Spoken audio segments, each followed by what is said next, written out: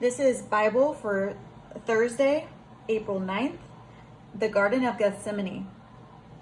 Jesus brought his disciples to the Garden of Gethsemane, where silence filled the garden except for the sighing of the wind and the olive trees.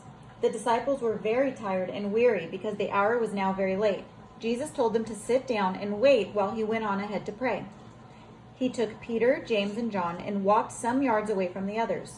Then Jesus began to be very sad and sorrowful, and his soul was greatly troubled. The time of his suffering and death for the sins of the whole world had come. He said, "My soul is crushed with sorrow. Stay here and stay awake with me." Jesus wanted the comfort of having his 3 disciples near him, watching and praying while he prayed. Jesus went forward a little and fell on the ground. His suffering was so great that it seemed impossible to bear. Though he was God, he was enduring the human suffering as he became our sin substitute. In agony, he prayed, "Oh, my Father, if it is possible, let this suffering be taken away from me. But I want your will, not mine." He meant, "Father, is there any way of saving people from their sin without this terrible suffering, without my having to die on the cross? If there is, do it some other way. But I want your will, not mine, to be done." But there was no other way for God to redeem sinful men, and Jesus knew that before the world was created, and that is why he had willingly come from heaven and offered himself as the lamb to be sacrificed to take away the sin of the world.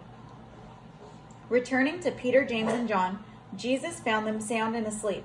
He called out to them, "My friends, couldn't you even stay awake with me 1 hour?" Right when they should have given their comfort, strength, help, and prayers, they went to sleep. Again, Jesus left the disciples and prayed the same prayer. And again he went back and found them sleeping. So he went to pray the 3rd time. He prayed so earnestly and his heart was so broken that his sweat was as if it were great drops of blood falling to the ground.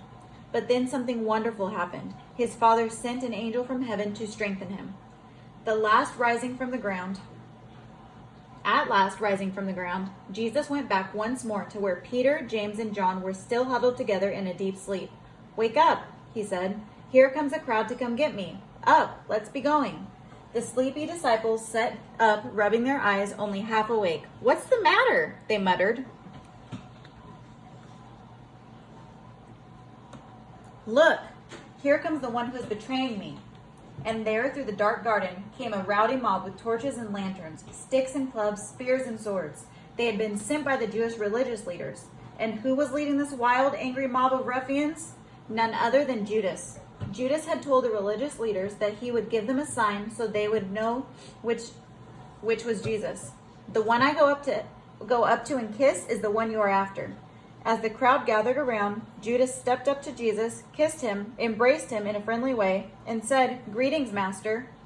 The Savior knew why Judas kissed him, so he said, "Friend, why are you here? Would you betray the Son of Man with a kiss?" Jesus then turned to the crowd and asked, "For whom are you looking?" They answered, "For Jesus of Nazareth." "I am he replied. When he said this, the whole crowd drew back and fell to the ground like dead men. They were terrified because they were in the presence of the mighty God. Finally, some of the people staggered to their feet, came up to Jesus, and grabbed him. Peter was so upset that he drew his sword and cut off the right ear of one of the men, the servant of the high priest. "Put your sword away, Peter," Jesus commanded, "for all they that take the sword shall perish with the sword." Then Jesus stooped down, picked up the ear, and put it back on the man's head, good as new. How loving and kind Jesus was to his enemies, even when they were taking him away as a prisoner.